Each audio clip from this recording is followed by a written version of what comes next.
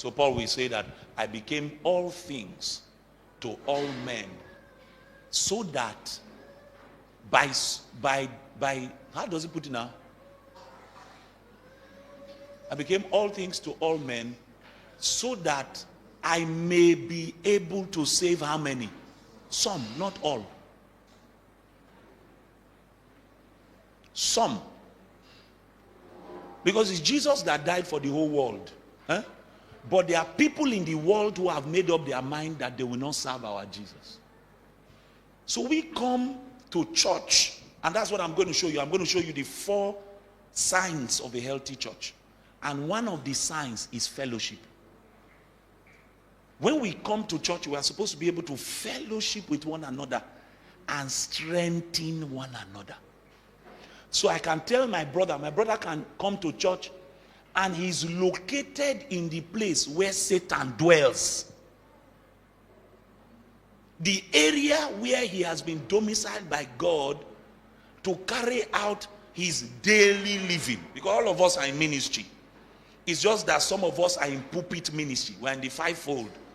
But you have also been called by Jesus to labor in his service. Are you with me? So maybe where he is laboring in service, he's maybe working in a bank and is living in a city that can be considered where Satan dwells. When he comes to church, we're supposed to fellowship together, that he's strengthened, that he's not afraid to die for his faith. Are you aware? So he can go back to where he's laboring for Jesus with confidence, with convictions, with strength, so that when death comes, he is strengthened enough. That's what fellowship is for. It's not about you. It's not that we want to get you excited. You are supposed to be quickened, strengthened. But you check it. When praise and worship is going on, what is going through your mind? Say, Bob, this song, Nada. Come on. That's what is going through people's minds. It's not as if you are seeing an opportunity to exalt God. It has been designed to satisfy a lust that exists within our heart. And the reason we are like that is because it is intentional. It has been set up intentionally. Church has been designed intentionally like that to keep the people as perpetual babes. So the way the average Christian measures maturity in God is by the things he has been able to get from the hand of God that improves his life in this world. So one Christian is better than the other on the basis of the abundance of goods they have acquired. Are you here? Yes, sir. I know these things they are like chloroquine, but let's swallow together gradually.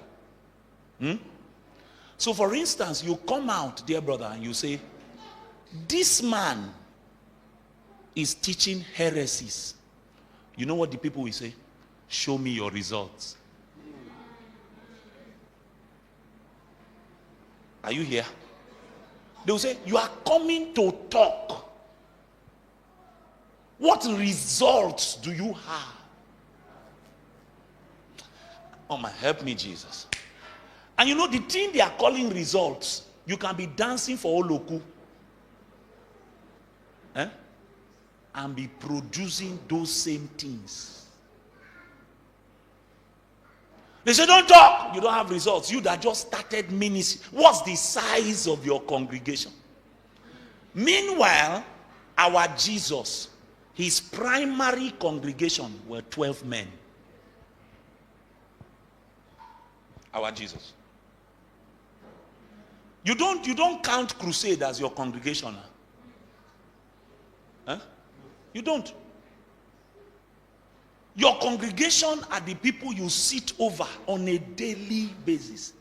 Jesus, the size of his congregation, were 12 men. In fact, the Pharisees, bro, had a larger congregation than Jesus. The Pharisees. People that were still going to meet them, following in the traditions and all the things that they were doing, their congregation was larger than Jesus. But Jesus, it did not stop Jesus from calling them a brood of vipers.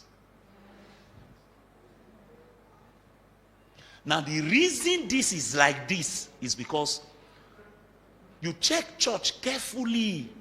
It has been designed to cripple the individual Christian so that he never matures. Because once you mature, you will begin to question certain things. You will know that this thing is not normal. So if they leave you perpetually as a baby, then two things will be involved.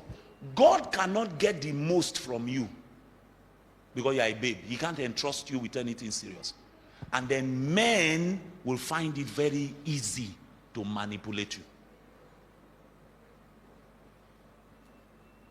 So that's why, dear brother, you will see that a sister is in a congregation and then her pastor calls her to his office and says, part of your responsibility as a Christian is to honor me with your body as your pastor.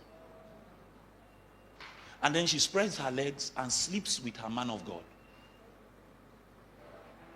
Now, you may say that the man of God is using charm and is a bad man.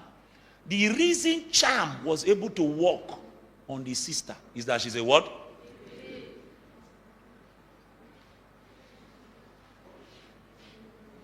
So there's a disease of immaturity. So it affects our worship. And I've taught you before, worship is not only the things we do in the building. Worship is also how you live your life on a daily basis. It affects our worship. So when you go to our workplaces, I was in a bank, details withheld because the person might watch this video. And then I saw people, males, who one of them I know he attends one popular church. Forgive me, I'm going to say the things as I heard it. And while I was there waiting for them to attend to me, a lady who also is not Hajia, a Christian girl, walks up to these three brothers and they begin to have stupid conversation. Stupid conversation. I was not aware of the conversation because my Bible was open. I was just reading and waiting. Where my ear became sensitive, because I'm sensitive to strange words, is that I heard, I will kiss you now. So I said, in bank. So she's jumping on this brother who supposedly is married though. Are you with me? Yes, sir. And then she wants to plant a kiss on his face. And they are all joking and laughing. Nay, nay.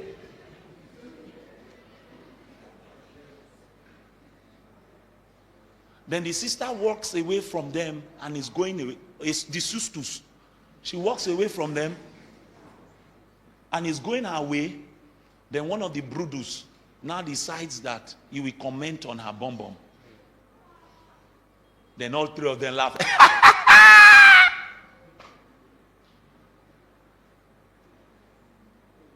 These are people who attend church. The reason their life is like that, they have been crippled in the spirit. You know, there's something wrong if you are crippled and you don't know. If you know that you have been crippled, you will find a way to get your legs back. Remember in Revelation chapter 3, Jesus was speaking to one of the churches. You see, if you've not listened to our teaching series, The Letters of Jesus, go and listen.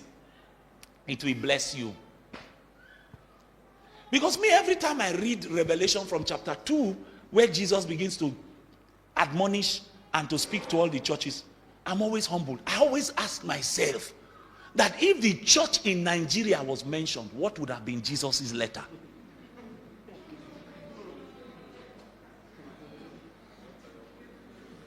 What? In fact, some of these churches, maybe 10 verses, 20, God would have needed an entire new book of the Bible. There would have been Revelation book 2 to contain the letter of Jesus to the Nigerian church. He would have needed like 82 pages. You don't even want to talk about the American church. He would have needed an entire new Bible. Don't believe me. A man who says he's a filmmaker,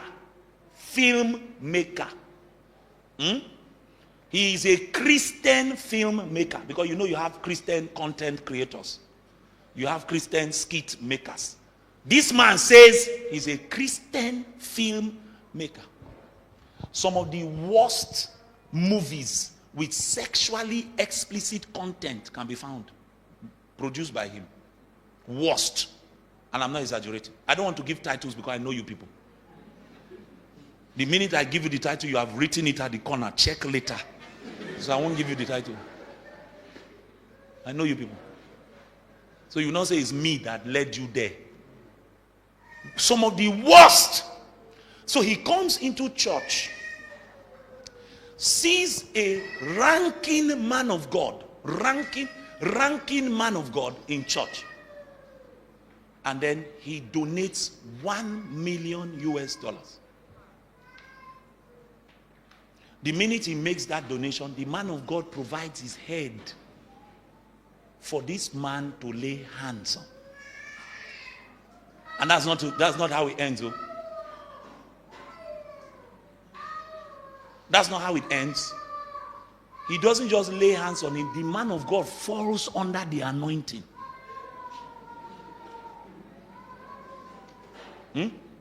I'm not exaggerating. No. His ushers and his pastors had to come and hold him, lest he falls. $1 million now, your mate. If I give $1 million and you don't fall under the anointing, you are finished. $1 million.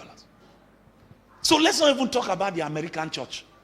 Let's look at the Nigerian church. What would have been the letter of Jesus to the angels of the church in Nigeria? Because angels there simply means messengers.